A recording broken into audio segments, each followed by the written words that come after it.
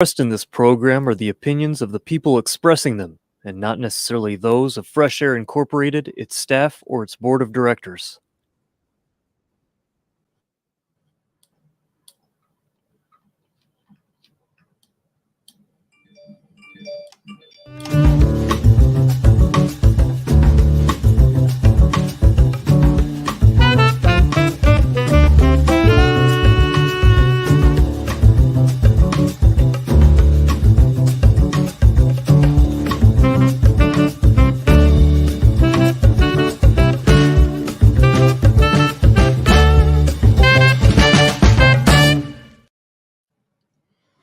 I'm Al McFarlane. Welcome to The Conversation with Al McFarlane. Glad to be here today and glad to have you along as well.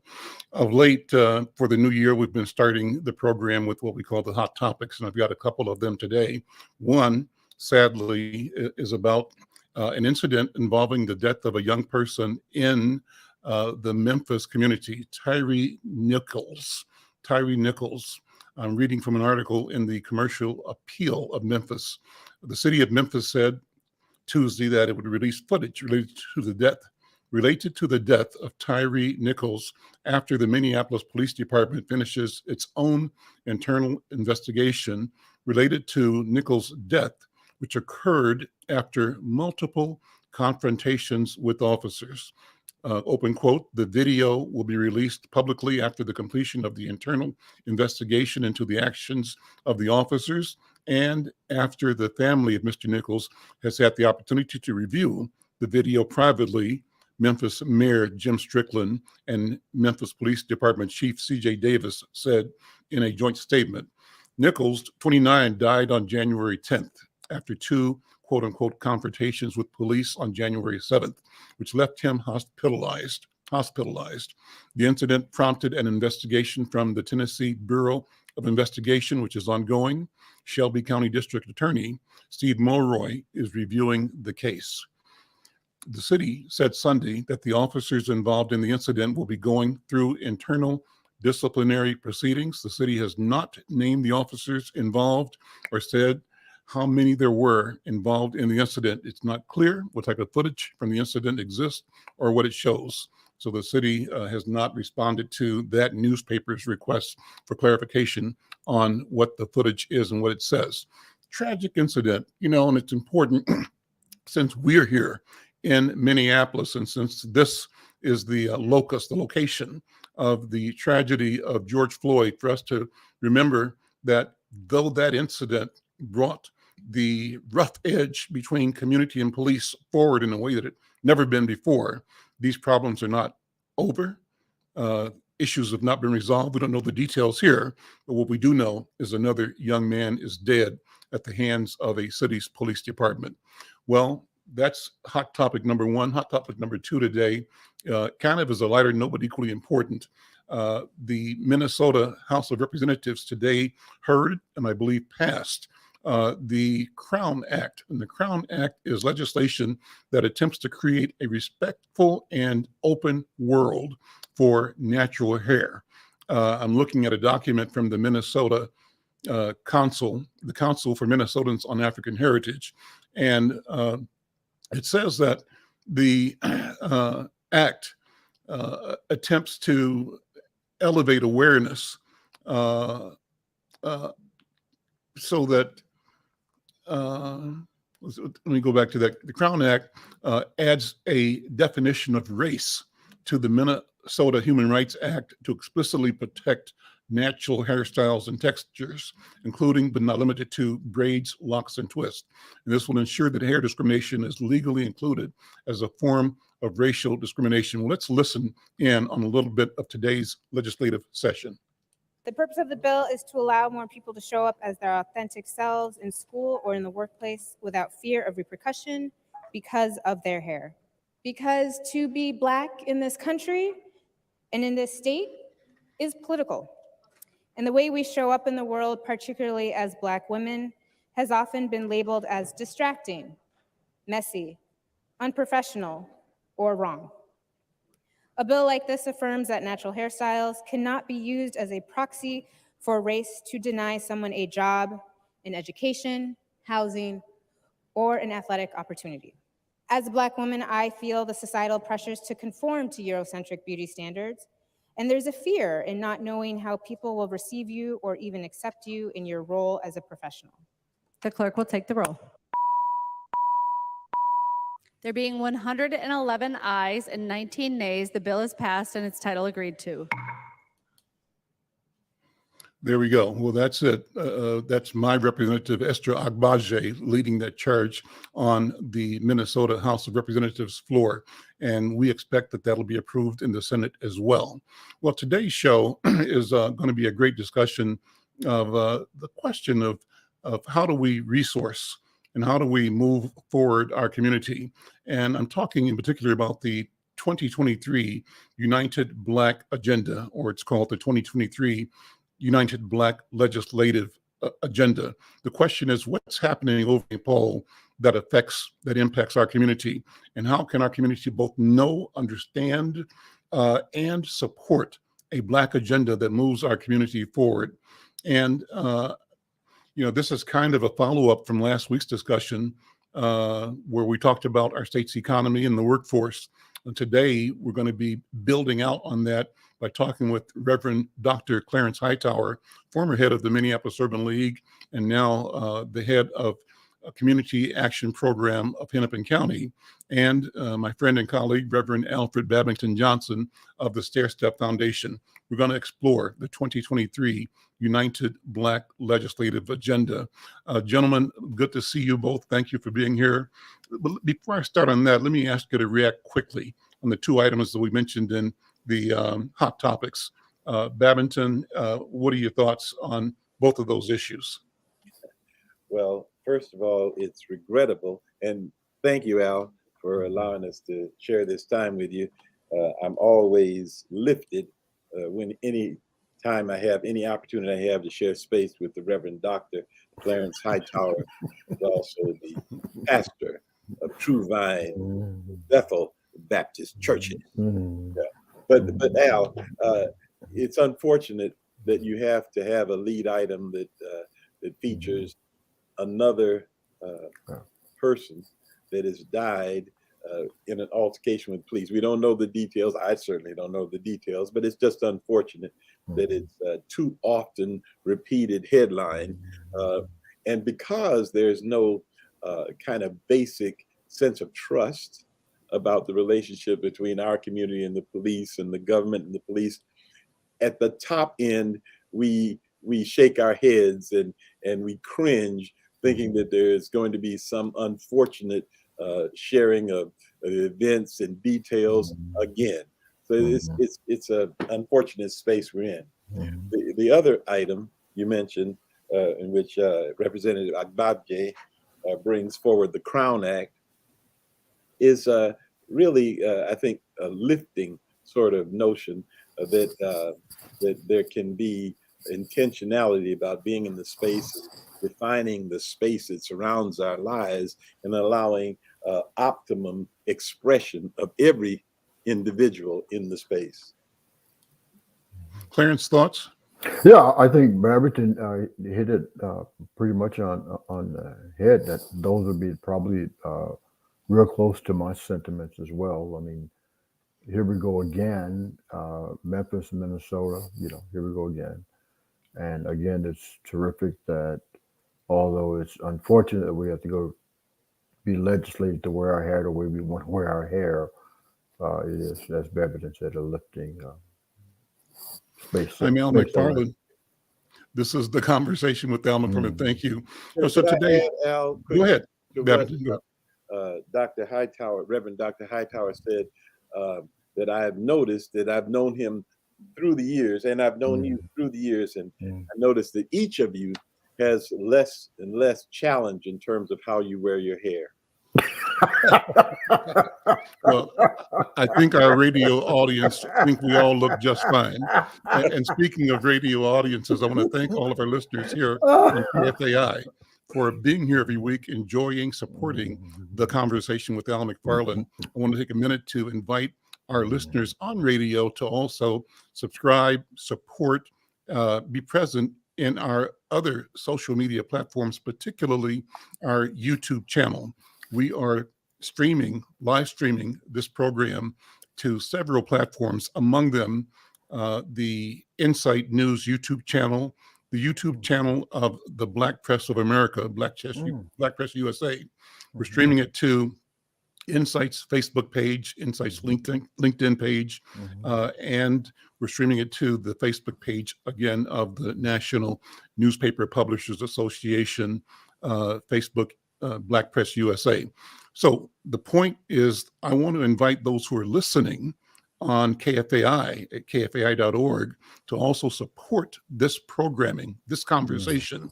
And you do that by going over to YouTube and find the Insight channel on YouTube, subscribe, like, and share.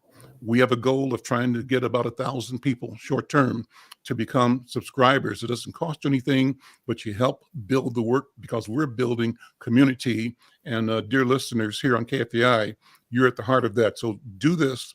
Take a minute during this program to use your PDA, that's old language, your cell phone or your desktop, and sign on to YouTube and subscribe, like, and share the conversation with Al McFarlane. So let me move into the topic that I invited brothers, you gentlemen, to come by for. You know, Clarence, you talked to me last week. You called and said the community leadership is once again developing a legislative agenda for the Black community. In fact, you sent me a document called the 2023 United Black Legislative Agenda. And in that document, we'll maybe show that on screen for those who are watching across any of the social media platforms. We talk about Black Minnesota priorities.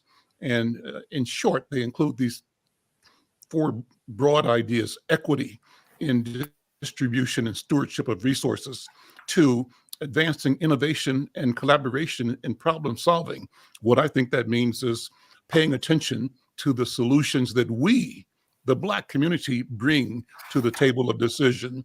And then we talk about a strategy or a priority of upending traditional systems. What does that mean? It means that what you've done so far didn't work. We got to do something different. And that's where innovation and collaboration come in. Finally, you say a priority is to bring the voices of the community front and center.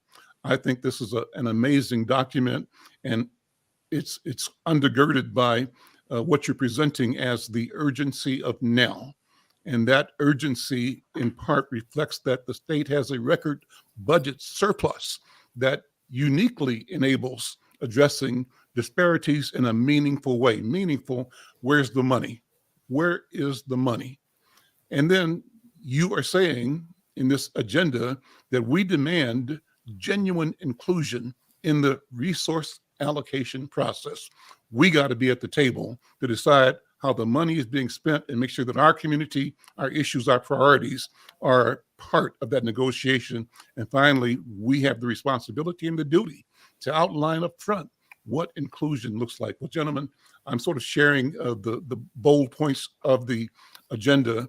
And for our listeners, we're going to be in partnership with the leadership team running a promotion for the entire duration of this legislative session. We think that this is so important, so urgent, so necessary, and so timely that we want to make sure that we have, in effect, shifted and created a new vocabulary in our community that allows us all to articulate what our priorities are, about the urgency and the specific steps we can take to create the change that we seek in our community. Brother Reverend Dr. Clarence Hightower, let me ask you to jump in and talk about the formation and the why, the reason that we're moving in this direction. Thanks, Brother Al. So to be clear, this is not the definitive agenda.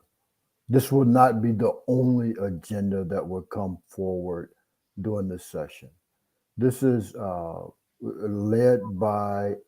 by Black churches and some of our historical organizations, Urban League, NAACP. And so what we have done is just captured our best thinking given the urgency of, as you put now, realizing that for way too long, um, we have not, our disparities have not been addressed because there's been this conversation about we don't have the resources to do that. There is an opportunity now to address the disparities that have hung around Black folks' necks for decade after decade after decade, and doing it in a very, very meaningful way.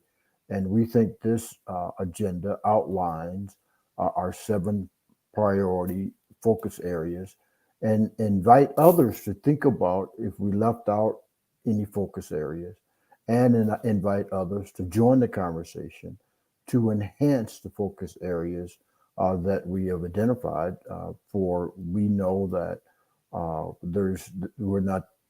know that there's others that have voices that can add to what we've put together. So let me start, Babington. You might want to jump in. Let me bring Brother Babington in. Yeah. Babington, Reverend Hightower mentioned that this collaboration includes the Black church leadership. What is the mission, the position, and posture of the engagement of the Black church leadership? Let me ask you that first of all. Secondly, I'm going to ask you to give this process some history. Let's talk about where we've been before, how we've come to this 2023 agenda. Well, first, Al, let me just say thank you to Reverend Dr. Hightower, who has been a very constructive force in bringing us to this point. He has spent his intellectual capital, his time and energy in helping to frame this. We had some dialogue at our last, at our November, I believe, meeting of the His Works United, which is the largest collaboration of African American churches in the state of Minnesota, something that we've been convening since 1995, yes. And it has a policy board that's made up of the heads of communion of all the major African American denominations. Bishop Washington of the Churches of God in Christ, Bishop Howell of the Pentecostal Assemblies of the World, Presiding Elder Stacy Smith of the AME Church. You have Reverend Ronnie Patterson, the president of the Baptist Convention. And you have Dr. Melvin Miller, who is the president of the St. Paul Interdenominational Ministerial Alliance, and myself, serving as the policy board for this connection of African American churches. We published a directory most recently that included in it some roughly 125 African American churches in the state of Minnesota. There are many more than that. We'll be publishing a new directory. Al, the importance of the church in this discussion is manifold. Mm-hmm. First and foremost, we are in this inflection point that's been brought about by a variety of things, but we're at a point in which our entire society is redefining itself in several ways. COVID certainly was a major player in that forced us into some new evaluations and new structurings of how we communicate with one another. And then the George Floyd incident, even as you led out with this situation about the young man in Memphis, clearly the fact that COVID had us all sitting at home and watched this execution that occurred of a Black man by a figure of authority, that forced the entire nation and even the world into some new evaluations, and it created an opportunity point. So we have, through the years, often come forward in one way or another with legislative arguments and concerns that we have. But in this special time, with those two kind of setting a tone, and then the state of Minnesota having the kind of budget surplus, mm-hmm. It staggers the mind to think of. We're not talking about $100 million surplus. We're talking $17.5 billion. That that's a season of opportunity for all these reasons. So we have rather intentionally thought about the importance of community organization. And what the churches provide, Al, is first of all, a historical credibility. Mm-hmm.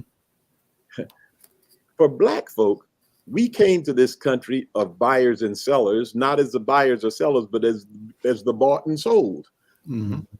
And in the midst of that, had all the issues of life, all of the desires of lifting and family building and what have you, but we're denied access to be able to do that in any rich way. And so our community kind of had to build from the very roots institutions that could serve us. And the one opportunity that we had was the Black church. Mm.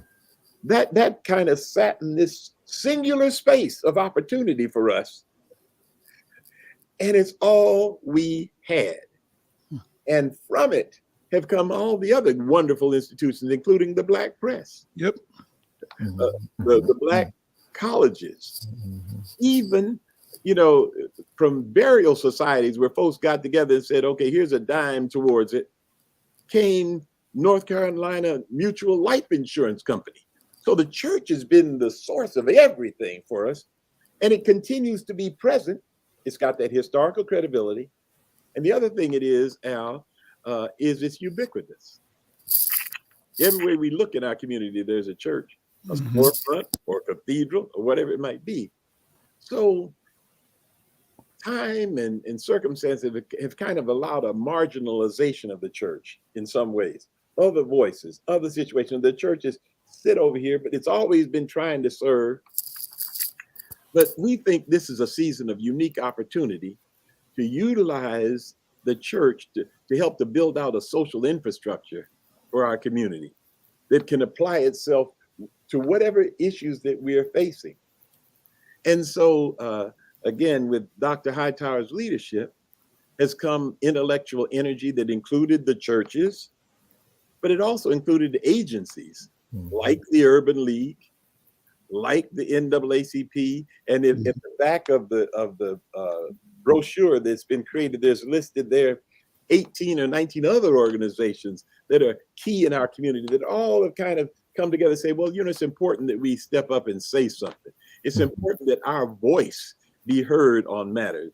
And if I can just share one other thing, and I'll stop my harangue. And that is that it's so important that we stop being supplicants and start to be involved in the design phase of things. There's a natural tendency to say, oh, there's money. Hey, give us our nickel, give us our dime. That's a later conversation. We want to be at the part of the conversation that says, okay, how should these resources be allocated? What are the important matters that need to be addressed as a voice at the table that can't be denied, and not as one who suddenly, after all the decisions have been made, has to hustle up and say, okay, I want mine, I want mine. We're in a different space than that. And I think that's part of what I hope is the genius of this particular presentation, because it's talking about, okay, here are our concerns, and our first concern is we need to be at the table. I'm Al McFarlane. This is the conversation with Al McFarlane. We're talking about the United Black Legislative Agenda. I'm with Reverend Alfred Babington Johnson, who is the leader of the Stairstep Foundation, among other things, a force in our community, and Reverend Dr. Clarence Hightower, who is the former leader of the Minneapolis Urban League, who now leads the Hennepin Community Action Program. And they and colleagues once again have put together a document, a guide plan, a strategy for reflecting the interest of Black Minnesotans. Dr. Hightower, Yes. 3 steps you say in this document. What are the 3 steps that are sort of broadly the strategy for advancing the legislative agenda? Well, we lifted up 3 steps, but clearly there's additional steps that we've gone through. I mean, I think one of the bigger steps in the document was we had to identify the 7 focus areas that we think to be important. And so we certainly hope that at some point, Al, we have an opportunity to talk about those. Absolutely. Yeah. Those 7 focus areas. But to lift up the three step, as we were thinking about, Babington makes an excellent point. You notice that we didn't say in this document that disparities in the Black community is going to take $50 million to address those disparities. That's not what we said at all. This document says that it's way more important to sit at the table and to be part of the conversation so that everything is up for discussion. And so we've outlined 3 steps. The first step that we've outlined is that we would like for the governor to embrace this. If the governor is the CEO of the state of Minnesota, we want to have a conversation with the governor, and the governor needs to embrace it. So you know what? It's given the timing that we're in, given our budget surplus, this is the time to react to the disparities that are really, really, really held back Black folks in my state. The governor needs to do that, and we want the governor to step out and say, this is a priority of mine. Mm-hmm. This is just not a priority of a senator champion or representative here, but this is a priority of mine. We want the governor to do that. That's the first priority. I mean, the first way we want to play this out. The second one is for the governor then to unleash to us his all that he have in his toolkit to make this happen, and that includes the state legislative folks. It includes all the department heads that are going to have dollars. It includes all of that in the toolkit to address these disparities. We need for the governor to say, you know what, this is my priority, and all of y'all need to get on board, and all of y'all need to make sure that at the end of the day, we have addressed these disparities in a way that we've never had an opportunity to address them before. So that's our second part. And then our third part is that we would love for the legislators, be it in the House or in the Senate, to take action to say, this is so important that we're going to put this in bills, be it funding bills or bonding bills, or however this play out. That's the action, ultimately the action that we think is deserving of this agenda. I'm Al McFarlane. This is the conversation with Al McFarlane. I'm talking to Reverend Dr. Clarence Hightower and Reverend Alfred Babington Johnson here representing and talking about the United Black Legislative Agenda. And we're going to go into the 7-point plan. And when we're presenting this to the community, and you'll see this in Insight starting next Monday, you'll see it at our website, probably starting today or tomorrow. As I said, Insight McFarlane Media have committed to carrying this as a campaign forward through the duration of the 2023 legislative session. We think it's important that we see ourselves, see our voices, see our priorities in writing, and every week, every day, everywhere, because as we are able to walk in our expectation with knowledge and with clarity, I believe change will come. So I'm going to just read a little bit of one of these 7. Al, go ahead. Sure. Jump in. Part of the genius of what Dr. Hightower has helped to structure into this is, as he said, this 3-step engagement. One, recognize, yeah, governor's the CEO. The agency heads work it out. You know what I mean? He points that they get down to the programmatic and distribution issues. The third component, the legislature, in some ways, is the most important because it's the legislature that actually passes the laws. The governor, in some ways, is supplicant to the legislature. He can veto it, but he can't bring it forward until the legislature. We are at this place where we also want to acknowledge President Bobby Joe Champion.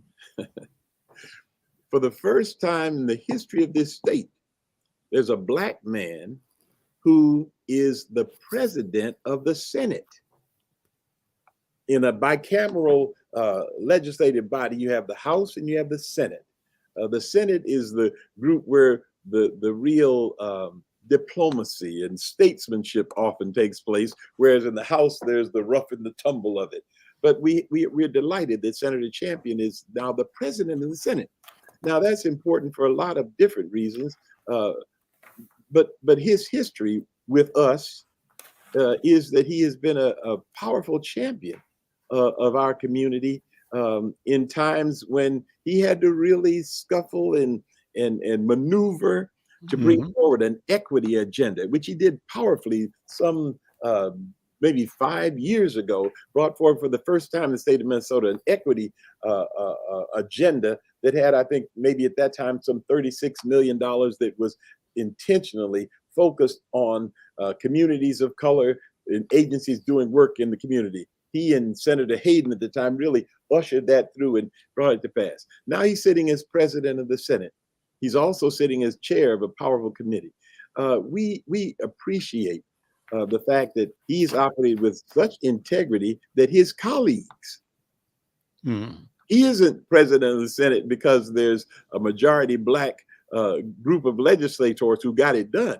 There are 3 only. Hello. His good work down through the years, his integrity, his authenticity had his colleagues elevate him to that position. So we're delighted in that. One other thing I want to say. Go ahead.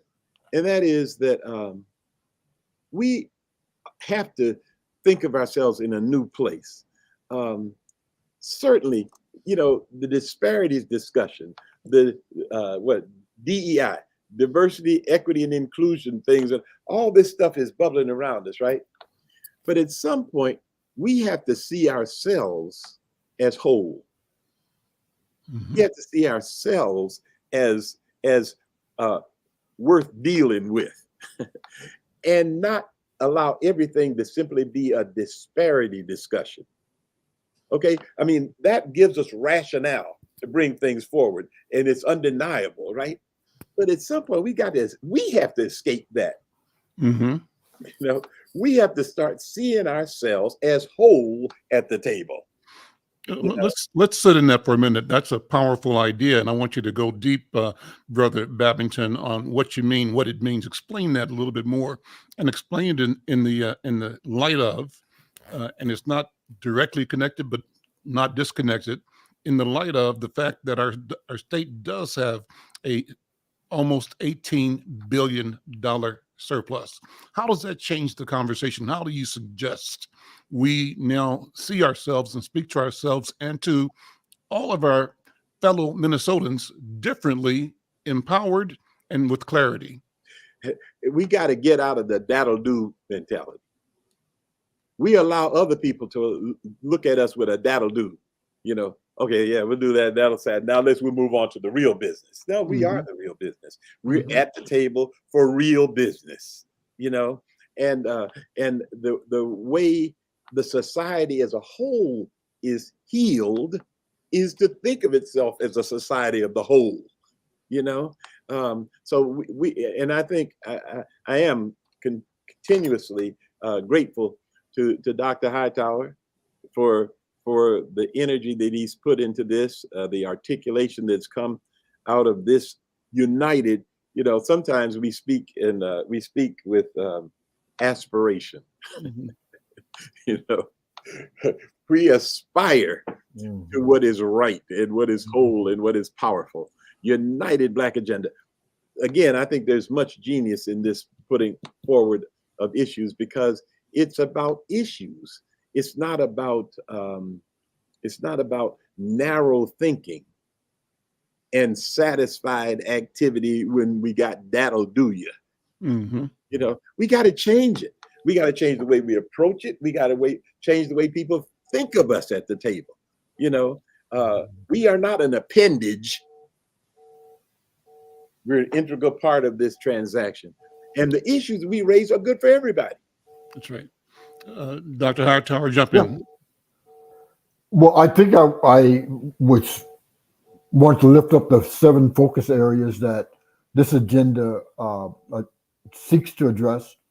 And, you know, unfortunately or fortunately, I'm not sure how to talk about that, but it is based on disparities.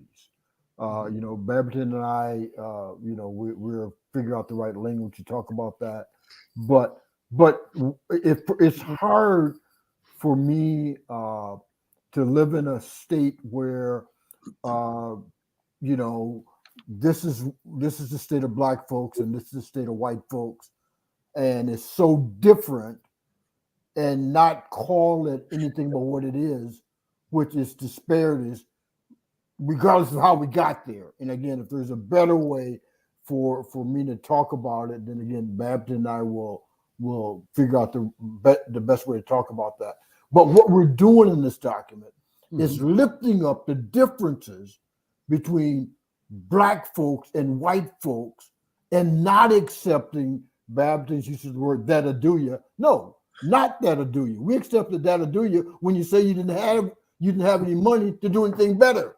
But now you got the resources to do a whole heck of a lot better. So that'll do you won't do. Well, you know, I think that this idea of presenting the notion and the demand that Minnesota invest now, again, is genius. Let me go through a couple of the items in your 7-point agenda. Yeah. I'll read some of the document and you can react to it, Dr. Hightower and Brother Babington. One is business and economic development. You say invest now in Black folks and their abilities to create businesses in the community. This document says that an article published by the Brookings Institute stated that the underrepresentation of Black businesses does not come from a lack of will or talent. Rather, the underrepresentation of Black businesses encapsulates a myriad of structural barriers, underscoring America's tumultuous history with structural racism. That's the point.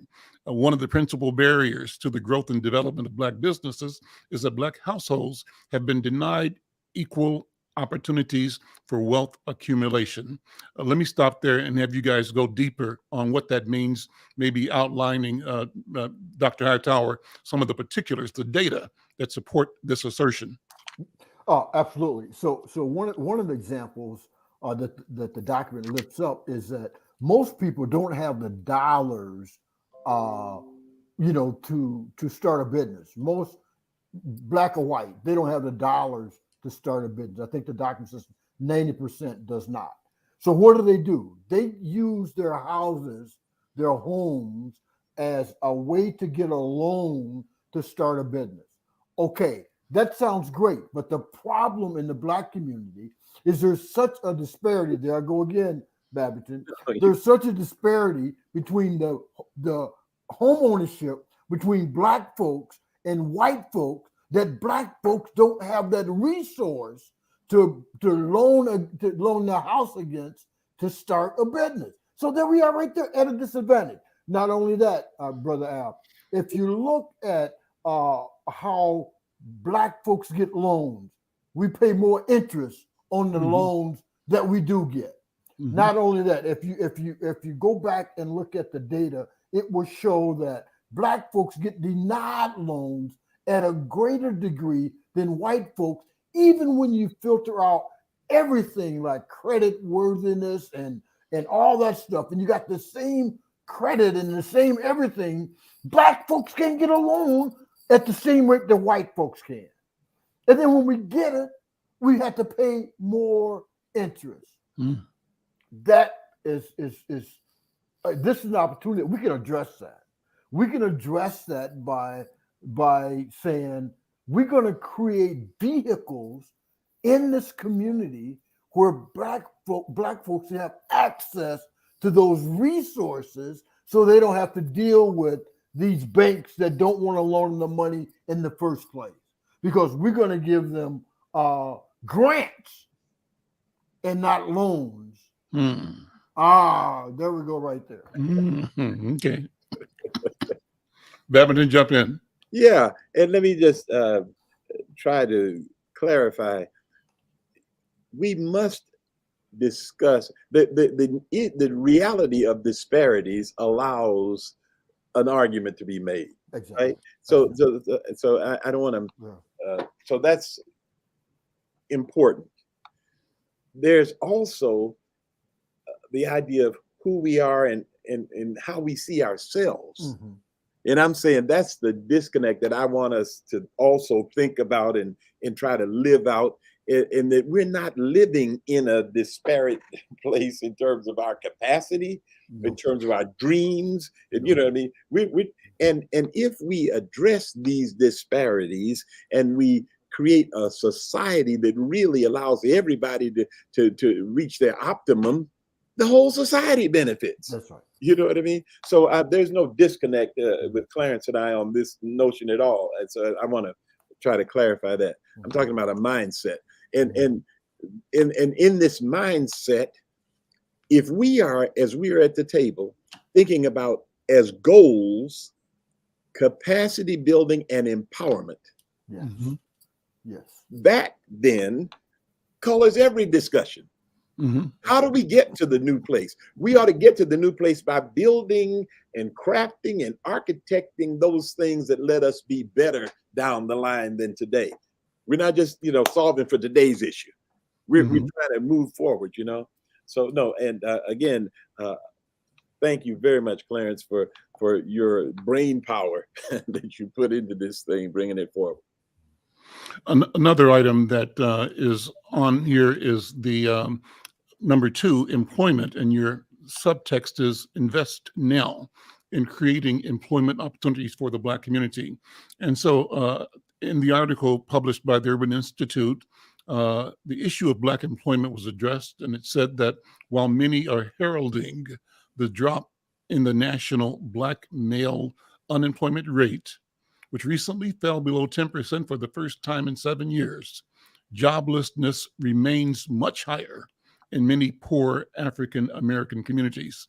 The article said that for many low-income Black men, finding and keeping work is a constant struggle, never far from their minds, and that Black job applicants might not even make it into the queue, might not get in line if they've had an encounter with the criminal justice system. So helping Black folks secure steady employment at a decent wage will require resources to break down the institutional barriers that separate people from decent job opportunities and that enable Black people to build the skills needed for well-paying jobs. Our friend Lewis King always said that the best social service program is a job. Babington, what do you think? Well, I think, Al, that the how we do things is as important, at least, as what we do. And so when Clarence, even as he was talking previously, talked about the need for loans, hey, how about grants? We need to start thinking creatively about a future that's different from both our past and our present, right? And so as we are attacking these various issues, we need the flexibility to create complex mechanism that are not bound with, the metrics of today and tomorrow. I mean, everything we do, it's okay, well, are you going to have more ping pong balls tomorrow? As opposed to how do we create and recognize that the short-term metrics are sometimes what kill. We need innovative structures and whatnot. And we need to make sure that with whatever mechanism are created, and as a case in point, here came COVID. COVID presented our entire society with such desperate challenges that everybody had to step back and reevaluate. If we as a community simply went into that COVID discussion with, well, how do we get some more vaccinations in our community, as opposed to also recognizing that every time there's a challenge, there's going to be some resource allocation against that challenge. How do we make sure that that resource allocation hits our community so that we are not just getting shots, but we're also giving shots? You know, so you know what I mean? So in all of these 7 areas, in all the 6 areas in the policy area as well, we have to press at the design table for the solutions to be designed so that resource allocation is appropriate for moving our community forward, capacity building and empowerment. Dr. Hightower, let me have you weigh in on the next item. It's public safety, and the message is invest now in public safety in the Black community. Background, public safety exists to protect citizens, organizations, and communities by preventing them from being in danger and guarding their well-being. Abraham Maslow defined safety in his famous hierarchy of human needs. He said that to function as a society, public safety is needed. He said that this safety goes beyond just physical safety, but also safety when it comes to health, money, possessions, and family. Lest we forget, there is an emotional impact on and from public safety. When folks feel unsafe, it could have major effects on individuals, their loved ones, and the communities in which they live. Violence has been a way to prevent inner cities of Minneapolis and St. Paul of enjoying safe playgrounds, streets that are safe, shopping malls that are safe. So how do we address the question of investing in public safety, Dr. Hightower? I think one of the things that have happened is that unfortunately we've reduced the notion of public safety in some quarters to just simply how many gunshots was fired, how many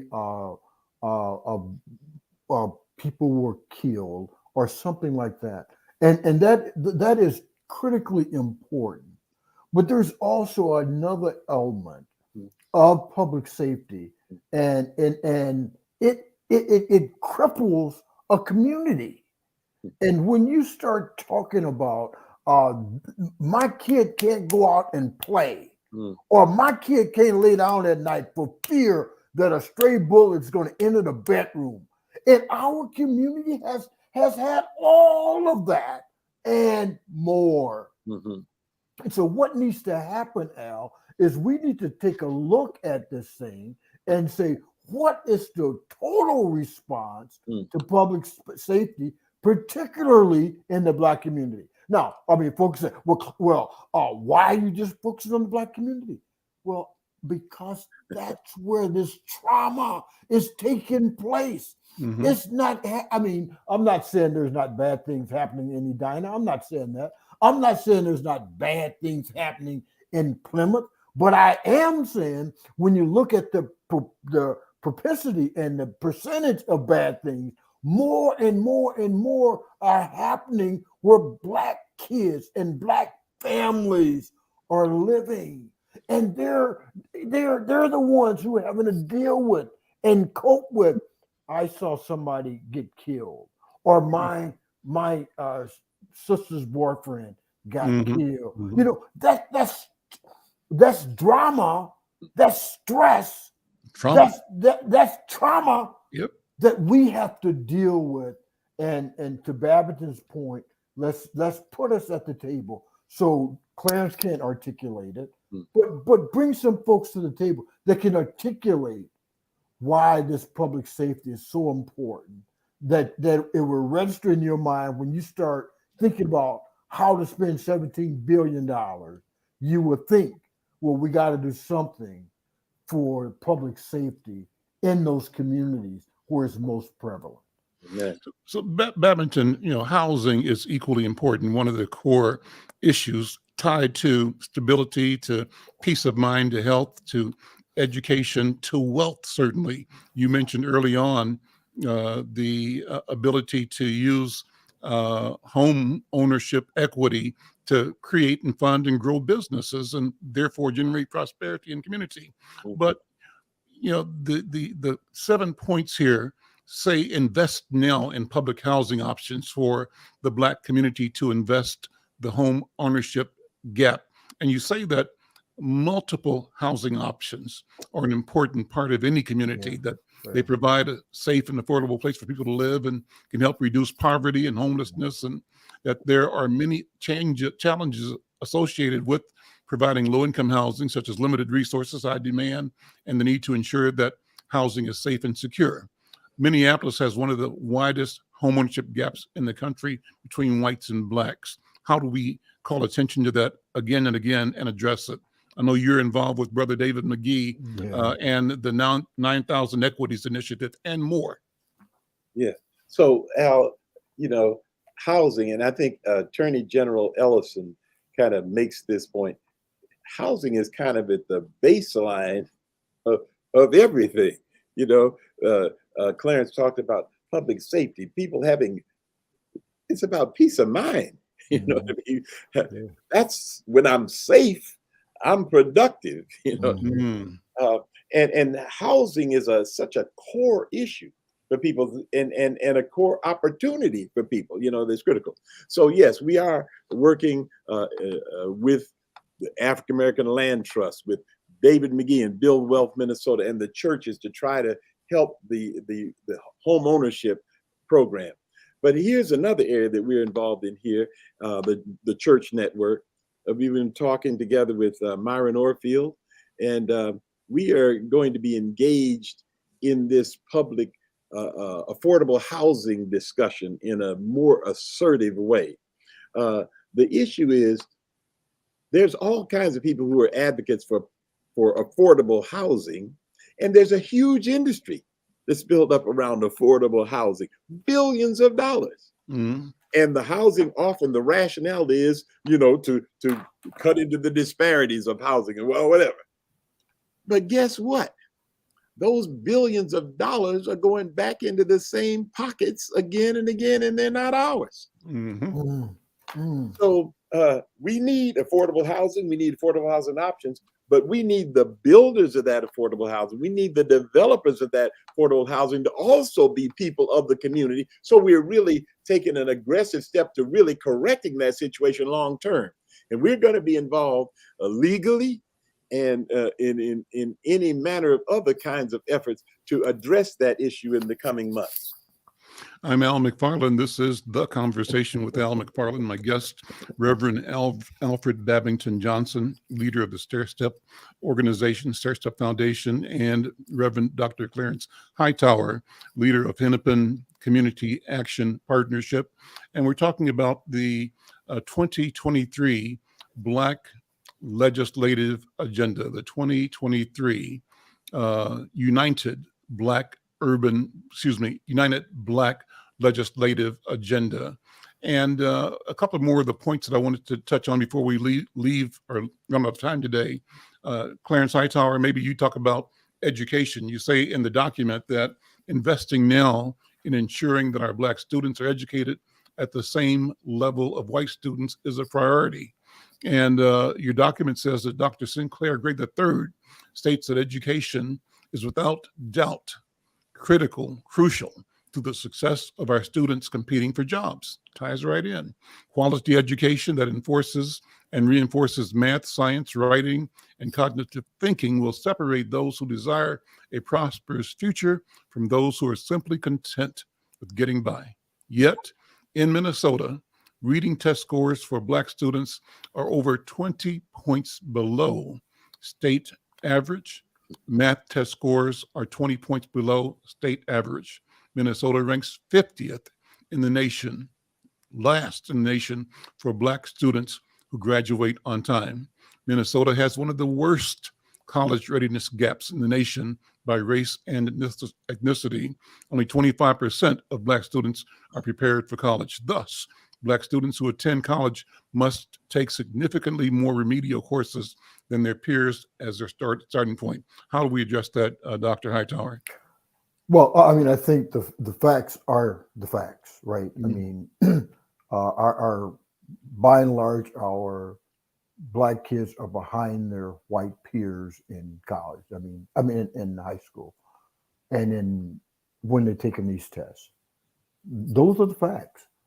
When I served as president of the Urban League, there was this argument, and the argument says, uh, Clarence, the reason that Black kids are behind is because they miss too much school. So they had this effort that I supported. Let's make sure that Black kids get to school. We'll feed them when they get there. We'll do whatever we can, but let's make sure they get to school. And the attendance of Black kids really increased. But you know what? The gap didn't go down. Mm. And so the facts are the facts. We're Minnesota is last in the country, as you just said. When it comes to college readiness, our kids are not ready to go to college. And we have to deal with that. I'm going to be quick, Al. I'm not going to say I have the answers. I'm going to say there's folks out there smarter than I that have the answers. But as we think about spending $17 billion, one of the things that we have to figure out is what can we do to help educate Black kids at a level of their white peers so they're not left behind when they go to post-secondary education, when they're not so they're not left behind when they seek other kinds of employment, so that they are not left behind, so that they can create a good future for their families and their future families. We got to figure that out. Gentlemen, we're at the end of the program in a couple of minutes. I want to thank you both for being here. Thank you for your leadership and your service to our community. And I want to let people know and invite you to both come back as often as necessary to organize other members of the network of leadership bringing forth this agenda, so that over time we keep this conversation at the forefront of our public mind of our community. And I want to also remind people to go to and pick up next week's copy of Inside News. The 7-point plan of the legislative agenda will be there, and we'll be presenting that agenda for the next so many weeks. As long as the legislature is in session, we'll be presenting the United Black Legislative Agenda. I want to close, Clarence, with a 1-minute statement from you. I often ask our guests to give their story. The question I ask is, whose shoulders do you stand on? What brings you to this work? What motivates you, and what impels you to do the work that you've set out to do in life? Brother Hightower? I think I stand on multiple shoulders. For sure, my mom, who was a single parent, lived in the South, raised 8 kids as a single parent, 6 of which went on to college, 2 of which have doctorate degrees, 5 of which have college degrees. I stand on her shoulder for sure. But then I've been influenced by everybody. When I was starting in this work, my 2 mentors was Peter Hayden and Alfred Babington Johnson. Mm. And so I would, when I was at the YMCA, I didn't have a clue. But Peter and Babington's who I looked to and tried to match intellect with and that whole deal. So and then what holds me together is my faith. I'm a man of faith. I pastor a church, and I'm blessed with a terrific mate, my wife of 36 years now, 36 years. And so, yeah. So there you go. That's about a minute's worth right there. Wow. Listen, thank you so much. I'm Al McFarlane. This is The Conversation. We're going to be having this conversation again and again and again. I want to thank you all for listening here on KFAI and those who are checking us out on the digital media platforms. Go to Insight News Channel on YouTube. Subscribe, like, and share. I'm Al McFarlane. We'll see you next time. Thank you so much. Bye-bye.